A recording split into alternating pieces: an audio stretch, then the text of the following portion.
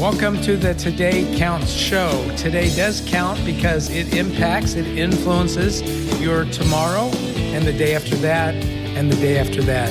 The Today Counts podcast is sponsored by the generous donors of the Lead Today community. I'm your host, Ken Piper. Hello, everybody. Welcome back again to the Today Counts show. Of course, this is Jim, and I have a special guest with us today. I've been actually looking forward to meeting him and speaking with him. We've been talking a little bit off mic, so to speak, just before we got on this podcast. But Ken Cochrum, did I say that right? By the way, I didn't even ask you how to pronounce your last name. Okay. He is the Executive Vice President of Field Ministries at a ministry called East West, and the URL is eastwest.org. I did a little digging into his LinkedIn profile. We're talking to an engineer here of some sort, so be ready for some very logical thoughts and maybe some fun things. I like working with engineers sometimes. Recovering engineer. So Ken, anyway, hey, welcome to the Today Counts show, and thanks for taking your time. Thanks, Jim. It's a privilege to be with you, and look forward to talking about leadership. Yes, I'm so excited to talk about leadership. Let's really dig into the muscle too. But before we do that, let's talk about your current context, or at least your main context, if I understand it. What is East West, and what exactly is your role and responsibilities as an EVP? Sure, Jim. East West is a global mission organization, nonprofit, and our focus is making followers of Jesus in the spiritually darkest areas of the world.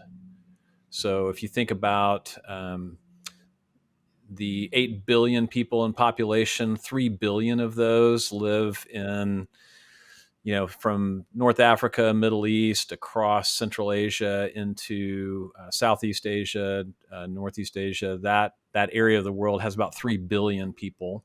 And for those that are followers of Christ, it's really important, we feel like, to make Christ available to people in that part of the world. And frankly, a lot of those, because of persecution, culture, history, different religious backgrounds, a lot of those people don't live within reach of a Christian friend or a church or a Bible.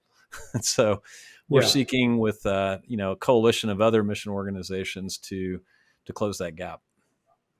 What does that look like at the ground level? I mean, what does that ministry actually look like at the ground level? And then we can fill in the rest later. Sure.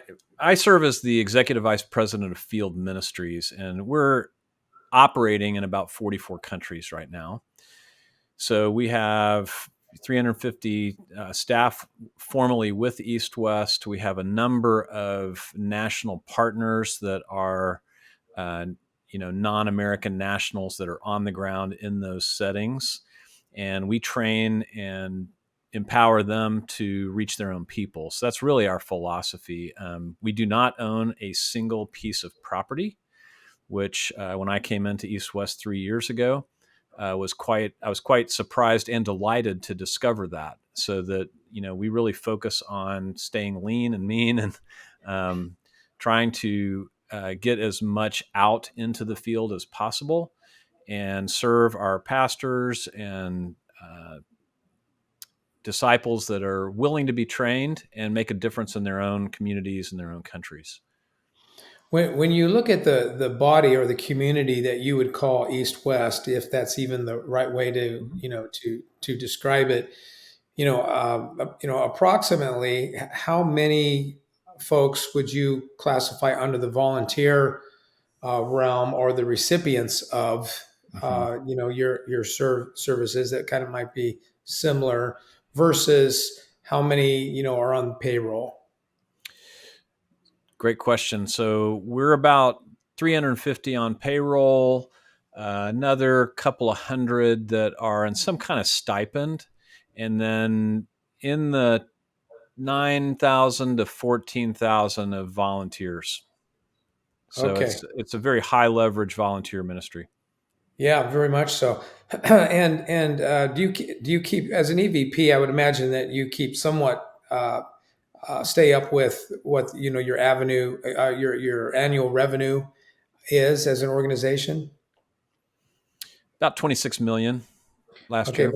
all right, about Mhm. 26 million, and are those revenue streams? Are they just straight donations? Do you have other source of income? What does that look like? I'd say it looks like a lot of, well, I don't know, ministries our size where you have, you have your active participants in mission that are your major donors and mid-level donors. You have a lot of obviously supporters of more than half of our employees, our missionaries, raise their own financial support and develop their own, uh, deputized fundraising team.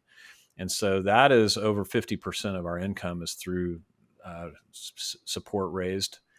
Um, we have a growing social media channel and influence and get some contacts through that. We'd like to see that grow more. Yeah, so you have like grants. You have very many grants We do. coming in. We do get Okay, some grants. good, Very good good. grant writer on our staff. So, and the way you describe that, it's very much like a kind of a general missionary organization setup is what it sounds like. Yes, and I came from Crew. I was with Campus Crusade Crew for 35 years, served 15 years on that executive team, and that's a $750 million a year organization. Hmm. Um, and I oversaw different functions in that in different seasons of leadership there. And so, in one sense, the principles and practices are the same. The scale and complexity is really, really different. And Hmm. I've enjoyed serving on both sides of that. Um, Yeah. so Do you travel much, or do you stay mostly here in the States? currently, my travels less than it used to be. For about 20 plus years, I traveled 90 to 100 nights a year, mostly global travel, economy seats, 2 to 3 star hotels, you know, Yeah. and COVID changed all that. And it was kind of a wake up like, if I didn't keep doing that as much, I'd be okay. So, sometimes I felt like I was writing checks that my body and my marriage were having a hard time Yeah. cashing. And so that's been probably another podcast of personal growth and marriage and honest communication about those types of things and learning to rest and Sabbath and Well, lead a different lifestyle as a leader to stay healthy, to yeah. do what God has asked us to do. I'd be surprised if we don't talk about that a little bit at least. So to say that your world traveled is not an exaggeration. It's not an exaggeration at all. I've set foot in 60 countries and worked with leaders in twice that many, in nearly 40 years of active of work in missions leadership. Now, I'm somewhat traveled, nothing near what you have said, but though some of my experiences in the dark places are not in what we would call um, Thailand, or these other places where I've been exposed from an executive position, right? An Mm-hmm. executive position, helping with strategies, there. But I did get exposed to a pocket on the top of at the summit of the Andes, uh, up from the Sucre, Bolivia, coming up there. And though I cannot say that I ran into thousands of Bolivians up there, I did uh, get involved with hundreds, and it was amazing to me just how depressed, how dark. I really think dark is a good word. Um, I mean, we're not. It was unusual to see a tool, a basic tool, that wasn't, a man's hand. Um, and that was a wake up call for me, because other than hearing stories, seeing something like that, and again, to your point, we could have a podcast just on that, on what I experienced on that on that Sure. mountaintop, and the devastation and the depravity in many ways.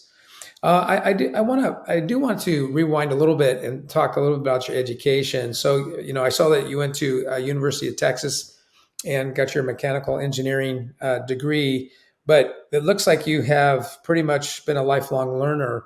What have you studied since? Well, formally, I crammed a 2-year program into 5 years at Dallas Seminary earlier, which I was really grateful for, being able to study that. And then I had always wanted to get a doctorate. I, we lived and taught overseas. We lived in Asia, raised our children on the mission field for 13 years in Asia, and so had access to universities there. Lived on a university campus for 4 years, and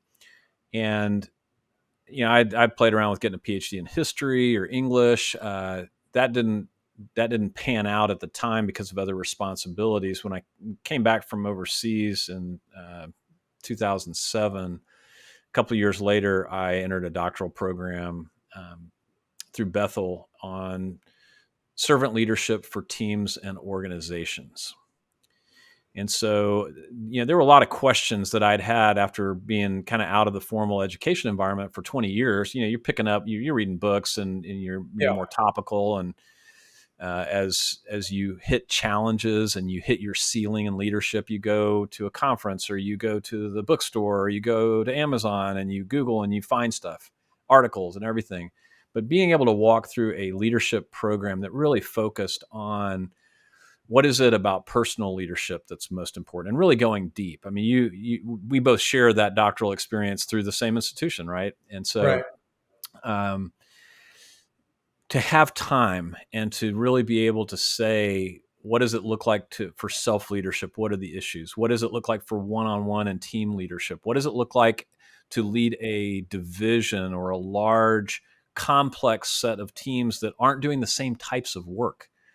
That's really a different challenge than leading a bunch of teams doing the same type of work. They're both hard, but one's different. And then what does it look like to even um, get where you cannot possibly know, manage, or control everything that's going on? And so you really are forced to trust your leaders. And so that brings into a whole different play that I think we may get into at some point, investing intentionally in the next generation of leaders. Like, I wanted to be, that's been a passion of mine personally. My calling for the last 30 years, Jim, is serve and strengthen Christ's leaders of leaders. And so, how do I invest in a generation or two that are following me, not necessarily under my leadership, but generationally will be coming up, whether those are tribal indigenous leaders, sharp university graduates that are 15 years younger, but that would probably take my role when it's time for me to move on, um, or within my own organization, looking 2 or 3 generations of leadership succession past myself and saying, what are we doing today to help these leaders have confidence, to help them know other leaders in the organization outside of their own area of responsibility, so that they trust one another. So when they, not everybody wants to lead.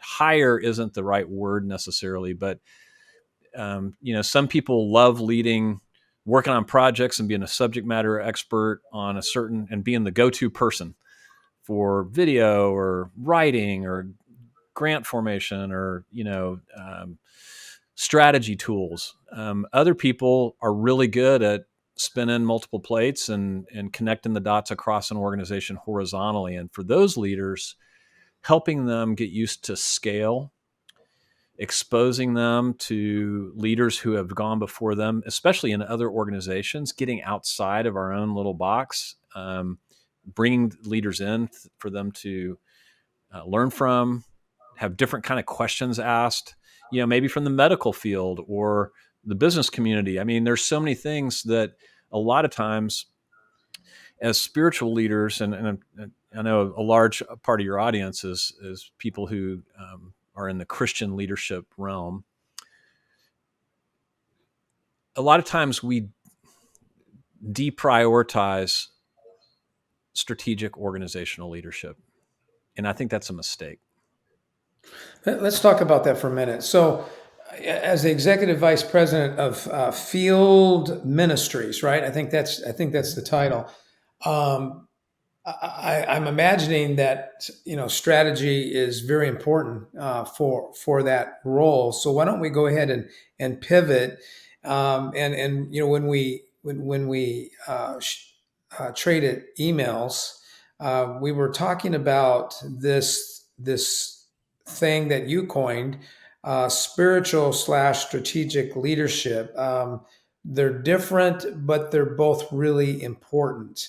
And I'm assuming that this is not just theory, but it's also something that you're trying to practice in your role. Now, before you jump into that, I do want to uh, pull out a phrase that you use that I want everyone to really think about, because in our work at Lead Today, one of the things that we notice is that there's still a lot of concrete work being talked about and being done, and it kind of lacks some of the reflection, abstract theory, aligning one's values with their goals, et cetera, et cetera. And specifically, part of that is, as a leader, am I simply looking for people to get stuff done? Are they doing a good job?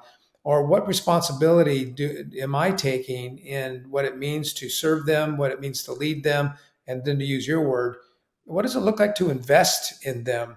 Um, but when you coin that phrase, spiritual slash strategic leadership, I think you're going to differentiate between those two, but I think you also want to talk about how important they both are. Absolutely. So spiritual leadership at a generic sense is, taking care of myself and taking care of people. I often ask groups of leaders, if you were to define leadership in 5 words or fewer, what's the phrase or word you would use? And frequently people use the word influence. And then I ask them, how would you define spiritual leadership? And then they get stuck. And it's like, and I'm like, it's the same thing. Yeah. It's spiritual influence, but the difference is, and I did a lot of hunting on different books and authors and definitions of this over the time. There's no shortage of people's definitions, but I really loved the Blackaby brothers' definition of spiritual leadership in their book of that title from a few decades ago, moving people onto God's agenda. And I like that sense of moving. That is influential. It's about people. It's not about executing programs primarily, and it's about God's agenda. And as we see progress from the Old Testament into the New Testament, we see a plurality of leadership. We see group decisions. We see, Acts chapter 6 with the selection of deacons. We see that as a group decision to select a leadership group. We see Acts 15 and the council that addressed a very serious kind of growing theological issue that was problematic, and how different points of view were welcomed and discussed and debated. And then they decided something really simple and how we're going to send it out. That is spiritual leadership of people and strategic organizational leadership. Because when they said, we're going to send these 2 trusted leaders out with a written letter about what we decided and how that process was reached, and we want them to go to these 4 Roman provinces and visit these certain locations and churches where we know there are bodies of leaders, and have this read to those groups of people to share this information. That's organizational leadership. You can't get around it. That's not sitting around and having, you know, conversations about our personalities, or about a Bible study, or some reading that we've done together. That is really like, hey, we got a plan. We're going to do this, and we're going to do it in order. In fact, after that happens, we may even go back and go a second time and a third time and visit these people and make sure that they understand and they're doing okay. And so it's caring for people and caring for the big tasks, I'd say capital T tasks, that the organization or the team has determined is most important. That if those are, kind of attended to in tandem. And I'm going to resist using the word balance because it's always a dynamic kind of rhythm of we can swing a Yeah. little over here and a little over there. Right. But if those two things are attended to well, my experience, Jim, is that that's when you have successful organizations. That's when you have happy volunteers. If you've worked in a church, if you've worked with PTAs, if you've worked with kids, coaching kids teams, which I know is in your background, you're dealing with volunteers all the time. And volunteers have a discretionary amount of time. Maybe it's an hour a week, maybe it's 10 hours a week, but they don't want to waste time. So Yeah. they want some sense of voice and planning, but they want to have a plan and know that the time that I'm giving to this noble effort matters. It sounds like you're talking that about when you talk about spiritual and strategic leadership. You're talking about a very engaged person, engaged relationally, but also doing some of that, clear prioritization. I would have to jump on the bandwagon in my life, but also in the organizations that I serve, that I try to serve. I do notice that we, and I mean across the board, seem to struggle with with really understanding what is the most important thing that we need to be about. In fact, the way that I say it lately is I said, if nothing else gets done, what do we want to get done? And going back to the old good to great, idea, it really just does come down to that. If we want to get something done, it's almost like I know this is going to sound maybe exaggerated, and I'm a crazy man, but I really try to encourage my clients to tell me the one thing. What's the one Mhm. thing that we have got to get done this year? And I've noticed I don't have any science to back it up. Maybe someday I'll get bored and want to do that. No, I don't think that's going to happen. But I I've noticed that when somebody pursues something that is close to the right thing, because you don't always know. There is some risk in choosing this and not that. But generally, when a lot of thought and collaboration goes into it, you pick something that's darn close. And what I've noticed is that in order to get that thing done, a lot of other good things that were bugging you end up getting done in the process, because you Yes. can't really get to it without going after it, right? You got to go after it. But I think what some folks get mixed up in is they see a lot of things that are in disarray or that are bothering them, to your point, that might be more personality driven, might be pet peeves. And so they get sidetracked. They want to get, often what I see people do is, well, once I get this fixed, then I'll do that. Well, the problem with that is, in your organization, never is everything going to be Oh, fixed. never. It's dynamic. So, what are you after? Let's go after that, and you might be surprised what gets cleaned up on the way, to getting across that. Let's say that you're a person that's leading a team, or so you're a mid-level leader somewhere, or maybe you're a senior leader, or maybe you are the first cheerleader of the whole organization. But whether it's your team, whether it's your organization, or whether it's the whole ball game, and you say, golly, this is where the organization is today, and you go through the good, the bad, and the ugly, because there's going to be good, there's going to be bad, and there's going to be ugly, and you want to see it transformed from here to there.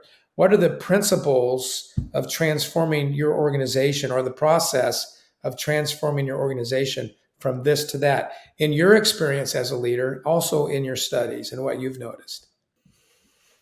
That's a great question. I think that's the $1 million question for people at high level leadership, right? Yeah.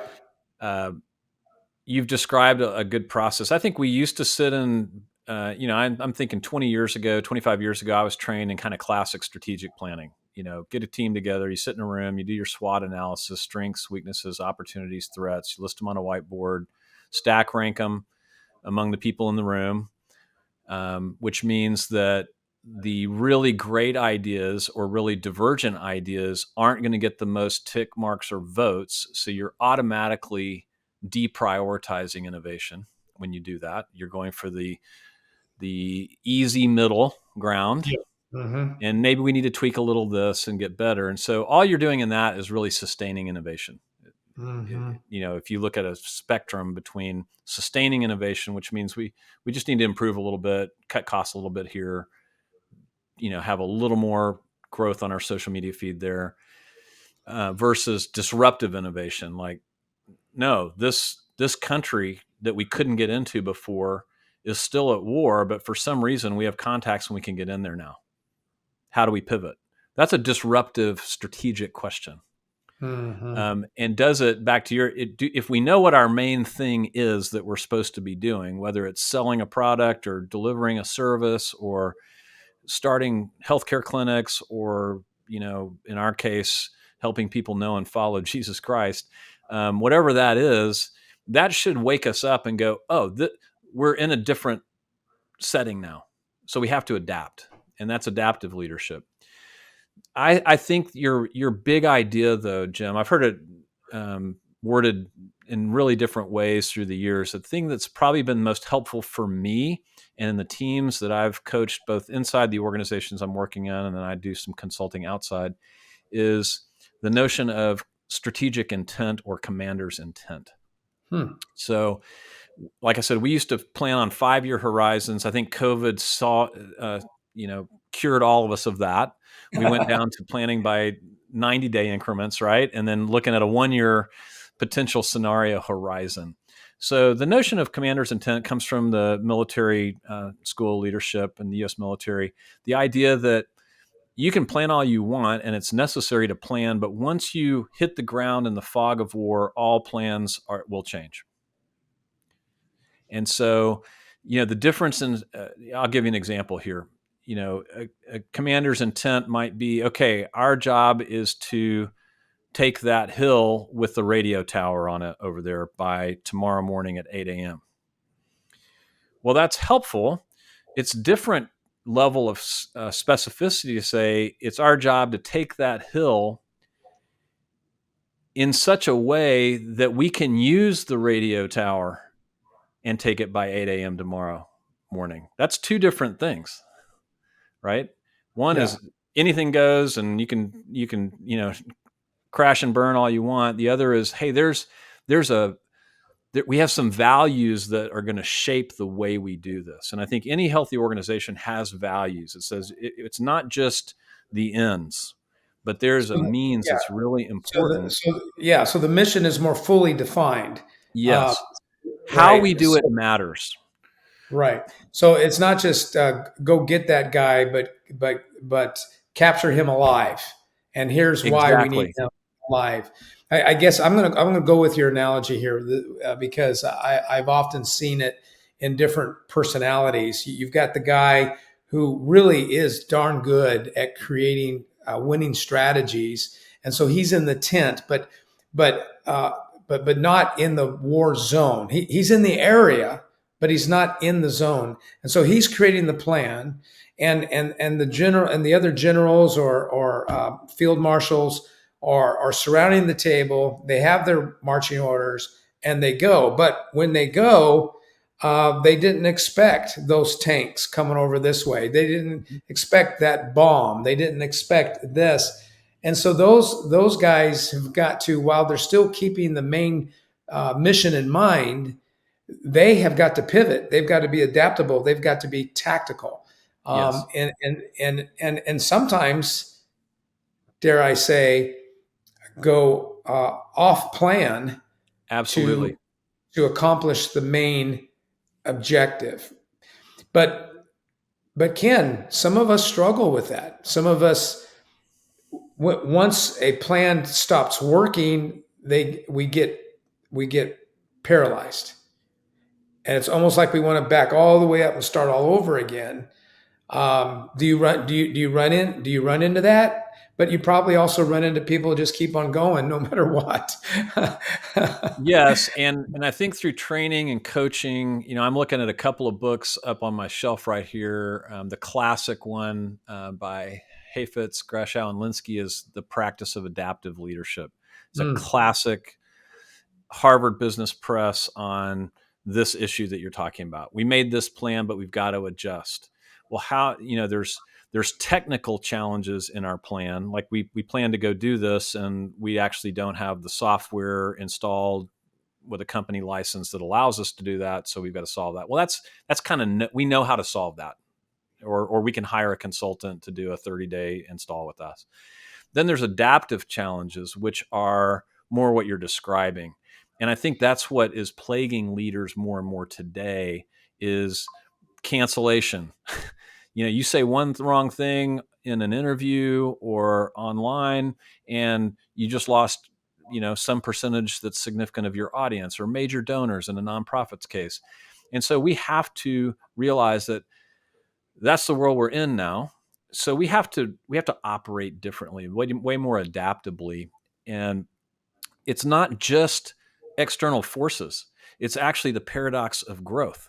If I'm in an organization and I grow, growth creates complexity, and complexity kills future growth. mm. So that's what's known as the growth paradox. Yes, say that again. I've heard that before, but that's good. The Say that again. paradox of growth is that growth creates complexity, and complexity is the silent killer of more growth because you've got more ad hoc systems, you have more rules, more regulations, you Mm, got into a new region of the world, and you got into the EU. And if you were around I was doing digital strategies globally, and in the EU in 2018 in May, they put new privacy laws in effect, and it changed all the way we were able to get contact information, what we had to do with that information. It just really changed things. And because we were a nonprofit, we were wanting to do things correctly and well, and there was no legal precedent on what happens if you violate that. What happens if you violate it once? What happens if you violate it with a million contacts that came into your CRM over several months? Like that's reality.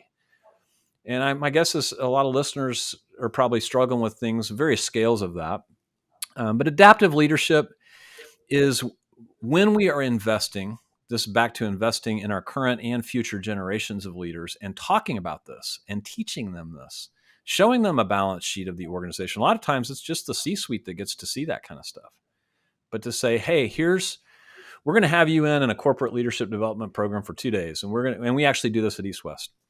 We're gonna have an executive team meeting, just our normal agenda, the way we do things, and we're gonna actually let you guys sit in a different room, and through Zoom, you get to listen into the whole meeting, and then we're gonna come out of that and sit with you and let you debrief what you learned and saw and heard. And it's a live meeting. There's real conversations. Sometimes it's partly boring and partly normal stuff, but sometimes we actually get in arguments, we get in debates, and we're talking about, hey, in light of the main thing, can we do this? Should we do this? Should we stop? Should we pause? Do we need to call lawyers? It's real life. And that helps, I think, people get a respect for, oh, there's bigger stuff than my little team and what we're doing. As important as that is, this is how it fits into the big picture. It's really important, I think, to get younger leaders where they have some level of exposure, not only to the leaders themselves, but to the actual real life processes that those leaders face. Because a lot of times, you're right, those leaders that are kind of leading from the middle or the top of the organization haven't been on the field. They haven't made a sales call for 10 years, and they're leading 10 teams that do sales. That's not terrible, but it goes both ways. Can I, as a leader, get reverse coached, reverse mentored? I did that for a season a couple of years ago. I had a woman that was on my team that was 20 years younger, really gifted in coaching, kind of more in the Gen Z millennial age bracket, and I said, "Look, we lead. It's part of this, team of 7 or 8 people, and I would really like both your feedback as well as, sometimes like how is this landing with you and people that would represent your kind of audience." And then sometimes where it's just coaching, like I have a problem and I'm trying to think through it, and I would like you to coach me on this. And that was very instructive. She had some great advice on leadership, it's hard to even describe. It wasn't like topical. It wasn't like, okay, here's generational divide advice. Here's man woman leadership divide advice. It wasn't like that. It was more just more holistic and helpful. And so that's one way I think for us as leaders to grow in our own spiritual and strategic organizational leadership is get in touch with leaders and appropriately a couple of layers over or down or whatever it is in the organization, and be a learner.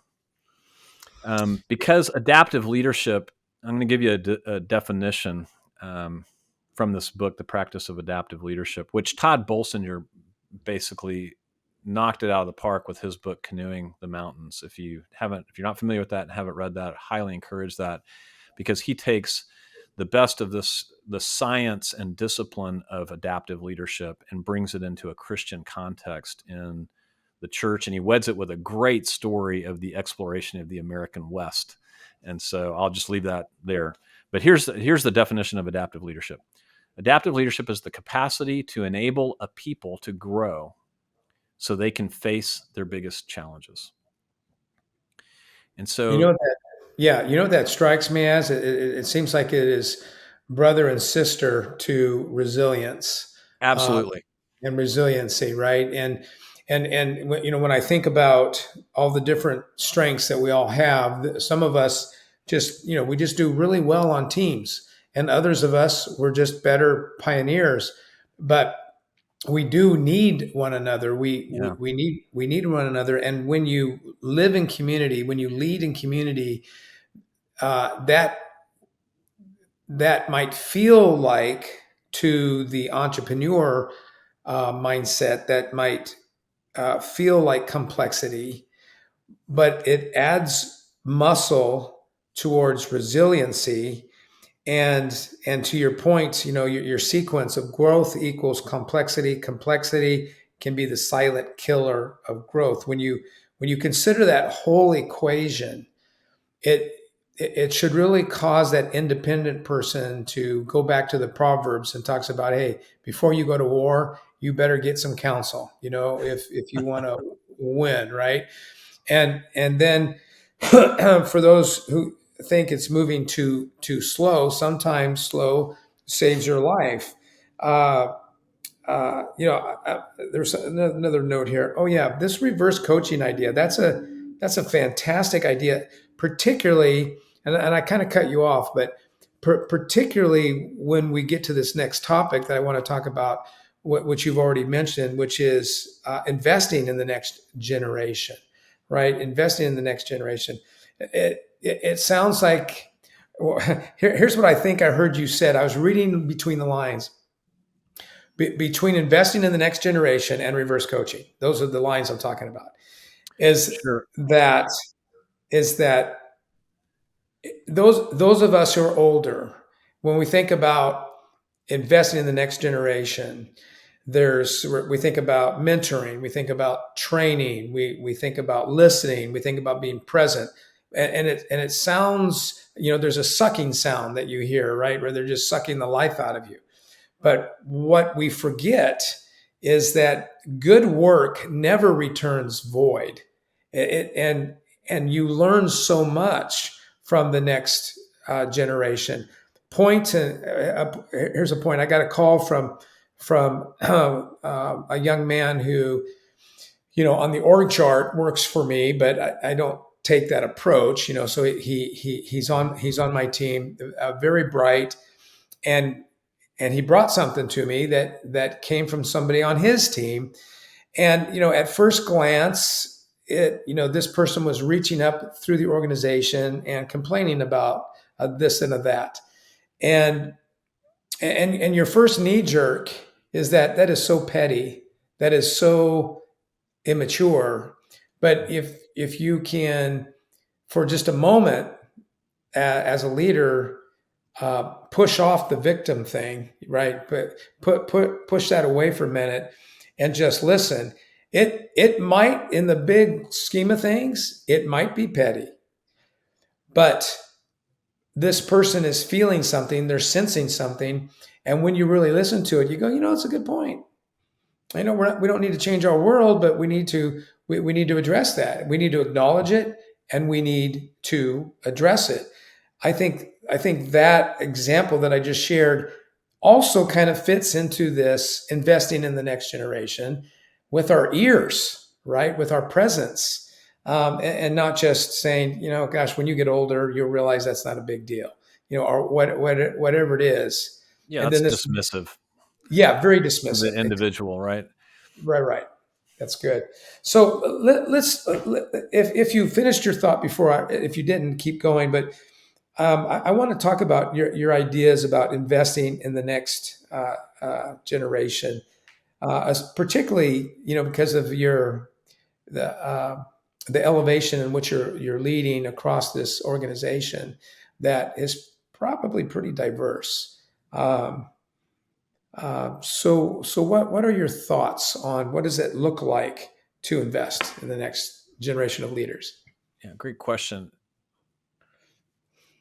For me, I grew up in my career, which I only intended to be 2 years in ministry, and then I was going to go back and get an MBA on top of my engineering degree and start my own consulting firm. Um, God had different plans, though. So I was blessed from my very first director boss uh, in Campus Crusade. I had an almost unbroken string of leaders who invested in me, who did what you described. They listened, they would take me seriously, they engaged me, they developed me, they challenged me, they gave me lots of leadership opportunities. Hey, I can't do this. Why don't you get on the plane and go over there and do that? And you're like, oh, wow, really? Me? You know, stretch me beyond things that I was comfortable doing. And you realize, okay, you hear about that once or twice, but I had a 35-year career experience with that one organization, and that was consistent in almost all the places I served. And so it was modeled for me well, so it was easy for me to model and take it the next level for me. I think we see this obviously in Scripture with Jesus and the way he worked with his 12 disciples. He had a small group of 3, an inner circle, and then he worked, with the 3, the 12, and then the 70 and the 5,000. And one of the things I always talk about in terms of prioritization of people, and you asked the question earlier, how do you change your organization? Well, if I look at the greatest world changer, arguably in world history, and following his methodology, that he spent, there's a decreasing, if I draw those numbers out, 3, 12, 70, 5,000, he spent an inverse amount of time with the smaller groups, way more time with the 3 than a decreased amount of time with the 12, a few afternoons with the 70 training, and just a couple of records of being with the crowds. And we get that wrong in our world, Jim. We've everybody's about the eyeballs and the followers and how many followers on Insta does Kim Kardashian have, and that is not the way to change the world. It changes some stuff, but the real way to drill down in and bring health to the organization, I believe, is focusing on a few, helping them think through things, helping them expand their circle. And then, a lot of us lead, we think, hey, who are you leading? Who are you investing in? You're just thinking downward, like my team or their direct reports. And Yeah. so when I talk about how to do transformational, how do you transform an organization? I draw me at the center, and then I draw 3 little lines above me, 3 below me, 3 to the left, 3 to the right. And I'll do this annually or semi-annual for myself, but then I also teach this, and I ask leaders, I say, who are the people of the group? Maybe your team is 5 people, maybe it's 10, maybe it's larger. But are there 3 that are kind of either in a super hungry state, they're learning, they're new, or they've kind of plateaued and they need a fresh challenge? Who are 3 that you could think about and take some time away to plan intentionally in your next one-on-one opportunity with them? What do they need next? What do they need to be believed in? Do they need to be challenged? Do they need a new stretch opportunity in a project that's really key to the organization? I'm not talking about Della dumping the ugly stuff, but like, hey, this is a sweet deal. This is really important to our main thing. And I believe you could be the one to lead it. And I'd love to coach you in that. That that's a game changer. Then above me, I got to think about, for my, I've reported to CEOs for the last 18 years. So I asked the question, for some of those years, I was at odds. I was like that guy, like you said, the entrepreneur. So I've got my 90% I agree with, but 10% I'm really at odds with.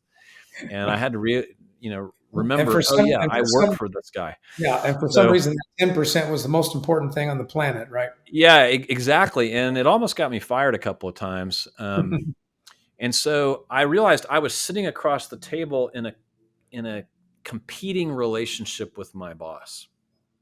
And so at one point, I was stricken. A couple of my friends counseled me and they said, "You need to repent of that.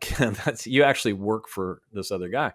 So I got into our next one-on-one conversation, and I said, before we start with our agenda today, I owe you an apology for my posture on a couple of these issues, and it's been a trend, and I'm repenting today, and I want to see things from your side of the table. So I got up out of my chair, I walked around to his side of the table, and I said, when you look out on our fields of opportunity or the battlefields that you face, I realize I'm just one of your field generals coming in to report, but you've got a dozen others.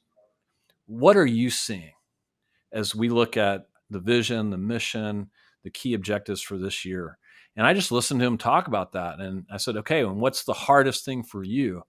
And this isn't rocket science, right? But it was the first time that I was like, okay, that helps me proportionalize my stuff in light of the other stuff this guy's facing.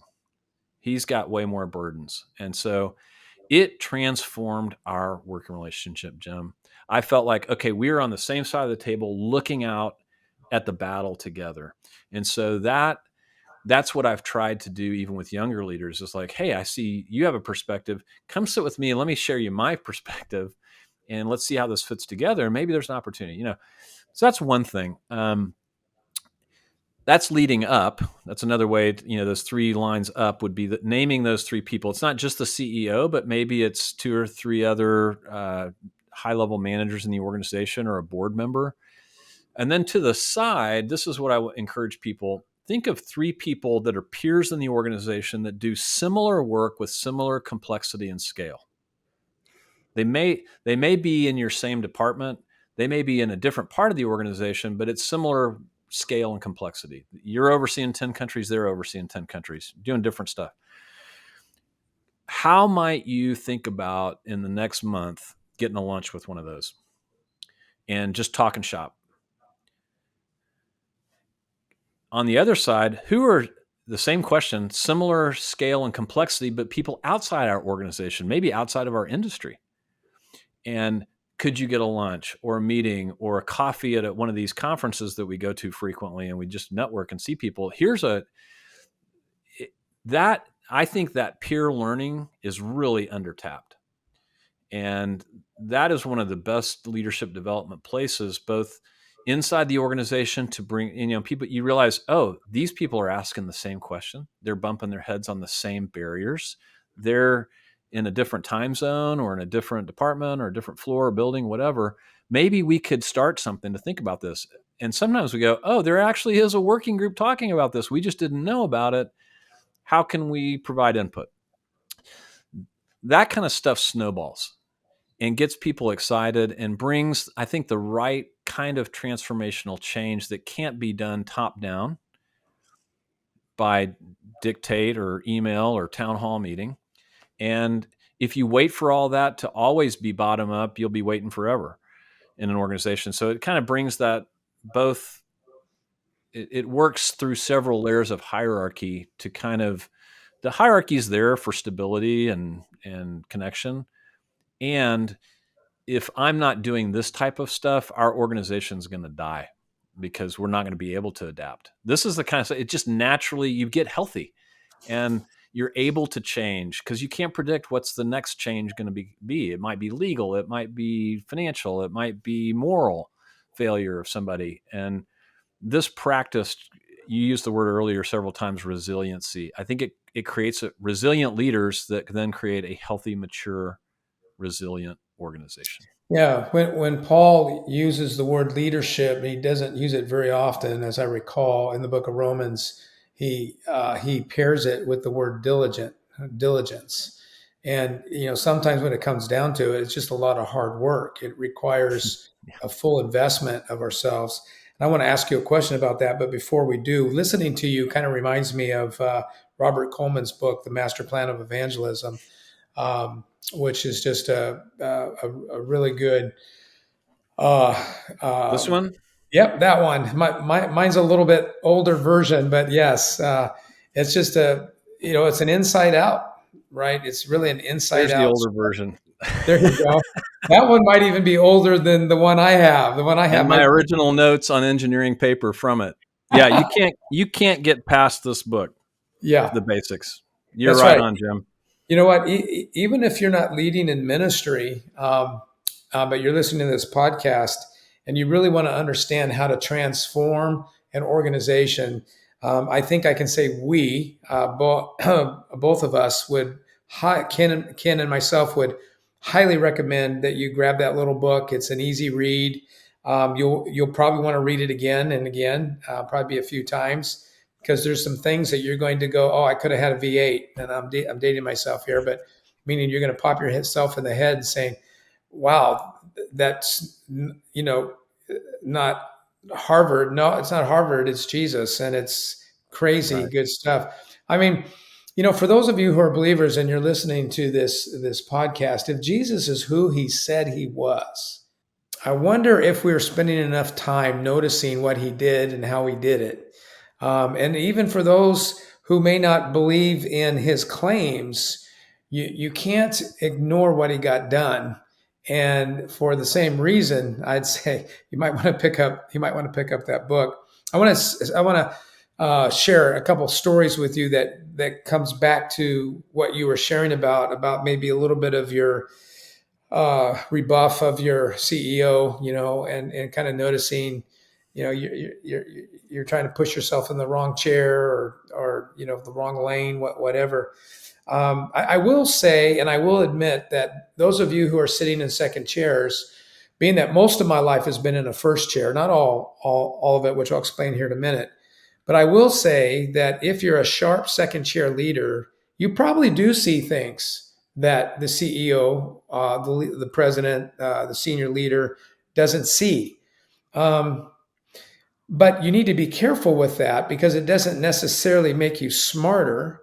It doesn't make you better. It's literally you're looking at things from a different place. And when you look at something from a different place, regardless of giftedness, you're going to see some things that. So the real art then comes in how do you add value in a very respectful team way. Case in point, uh, in the late 1980s, I was in a second chair role to a first chair guy who was just straight down the middle, just a wonderful guy. Was he perfect? Of course not. None of us are. He struggled with delegating. He was a bit of a perfectionist, but at the same time, he was very patient.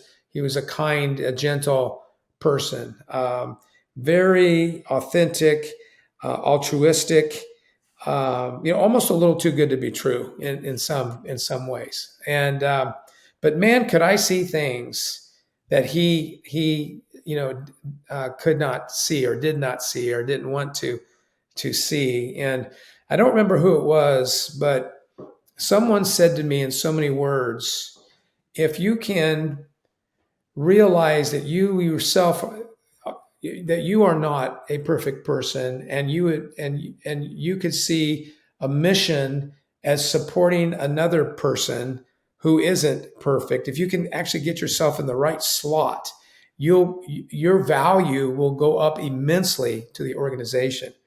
All right, fast forward a few years, maybe a couple years, we were in a discouraging season in this organization to where somehow we had grown so close that we probably broke every rule about boundaries and whatnot. But we were sitting in his Datsun B210 on a rainy day, and we were both belly aching about this organization. We were victims, and we both quit. We both resigned to one another. And as I got out of the car to go back in the office to get my belongings, I was walking to back out to my car, and there he was waiting for me in the rain. He motioned me over. He rolled down his window, and with a tear rolling down his cheek, he apologized. He apologized for quitting. He said he's not going to quit. He remembers praying that he could only get this opportunity to lead this organization. How blessed he would be, how encouraged he would be. And not only did he recant his resignation, now that was a guy I could follow. And I recanted mine. And as mysteriously as things are in this world, we just needed to get there because everything from that point on went up. And it was, but we didn't change anything. We changed. We were changed. We got changed. We And got, that, yeah, I just say what you just described, going back to the start of this podcast, is spiritual leadership that yeah, begins with humility. yeah, When a leader can, especially when the top leader can admit he's wrong or yeah. she's wrong and say, even, hey, we made this grand plan, and you know what? I think we were wrong, or I was wrong about this, or I treated you wrong in this process, or we were going after the right ends, but we were doing it the wrong way. Instead of just doubling down to defend their position, that that's humility, and that does draw people in, Jim. That's one of the most important aspects, I think, of team leadership and higher managerial roles, is that ability you just described. Well, that was a transformational season for me, and he led it. His name was Dan, and he led it. And I've had other transformational seasons in my life. Not all of them as fun as that one. It didn't feel fun at the moment, but as fun as that one. Ken, do you have time for one more question? Sure. Okay. So you have a lot of responsibilities. You lead internationally. I'm going to make this kind of a wide open question. It sounds somewhat complex in the sense that it sounds like, if I got the concept right, you are leading some people, maybe not directly under you, but probably one line below you. I'm just guessing your org chart. And a lot of those people have raised their own support, um, and so they're out there. So in some ways, they're entrepreneurs. They had to go out there. They had to raise support. The organization probably takes a little bit out of that for administration, servicing, whatnot, to go back to the organization. But in a real way, I mean, technically, they work for you. They work for the organization, but they're very much entrepreneurs. So they're kind of volunteers, and they're kind of not. They're kind of in that place. And then of course you have a whole slew. What was the number I wrote down? For 9 to 14,000, perhaps in the volunteer ranks. So whether it's one, whether it's directly or not, you are leading hundreds of staff members and thousands of volunteers. So that's complicated in and of itself. And you're leading internationally, and all kinds of different cultures. Lots of stuff going on there. So it's really a two-part question. How do you keep yourself healthy so that you've got something to give in this complex manner? And then when you look out at the future, what is it that you're hoping to see? What's that if we don't get anything else done? Hmm. That this is what I hope to get done. Whether it's the next 6 months, next 6 years, whatever that might be. That's a loaded question to end with, but really like to know, how do you take care of yourself? How do you keep yourself from going off the rails? And then how does that spill out into this complex organization? It's a great question. Um, 22 years ago, uh, so my wife and I have been married 38 years. We had two grown children, but at this point they were in their early teens. We were living overseas, busy, growing ministry, lots of complexity, seeing a lot of growth, uh, revival, if you will, and increased sending and more money and kind of doubling size every couple of years, which is a lot in a That's a lot. nonprofit. New people and lots of countries in partnership, three primary operating languages: Mandarin, Korean, and English.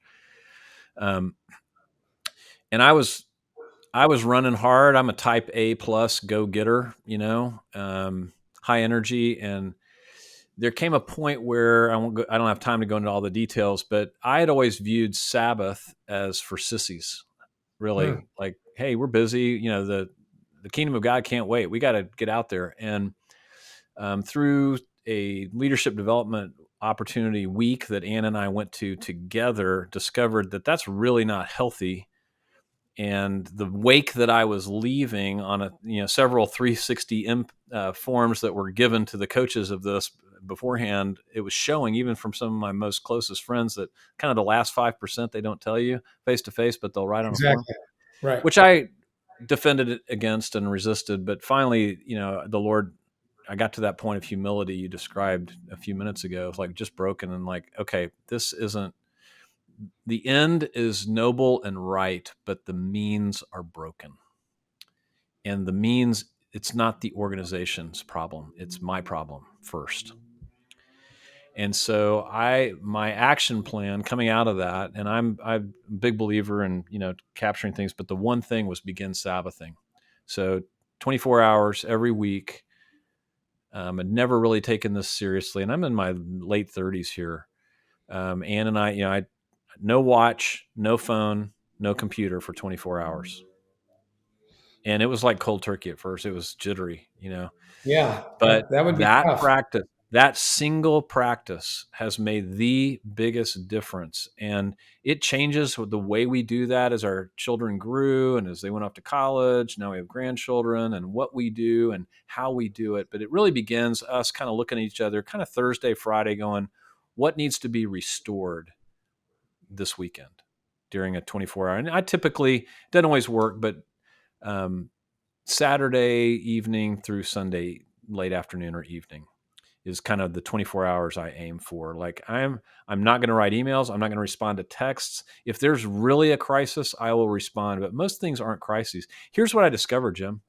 When I stopped sending emails on Saturday night, guess what my team stopped doing?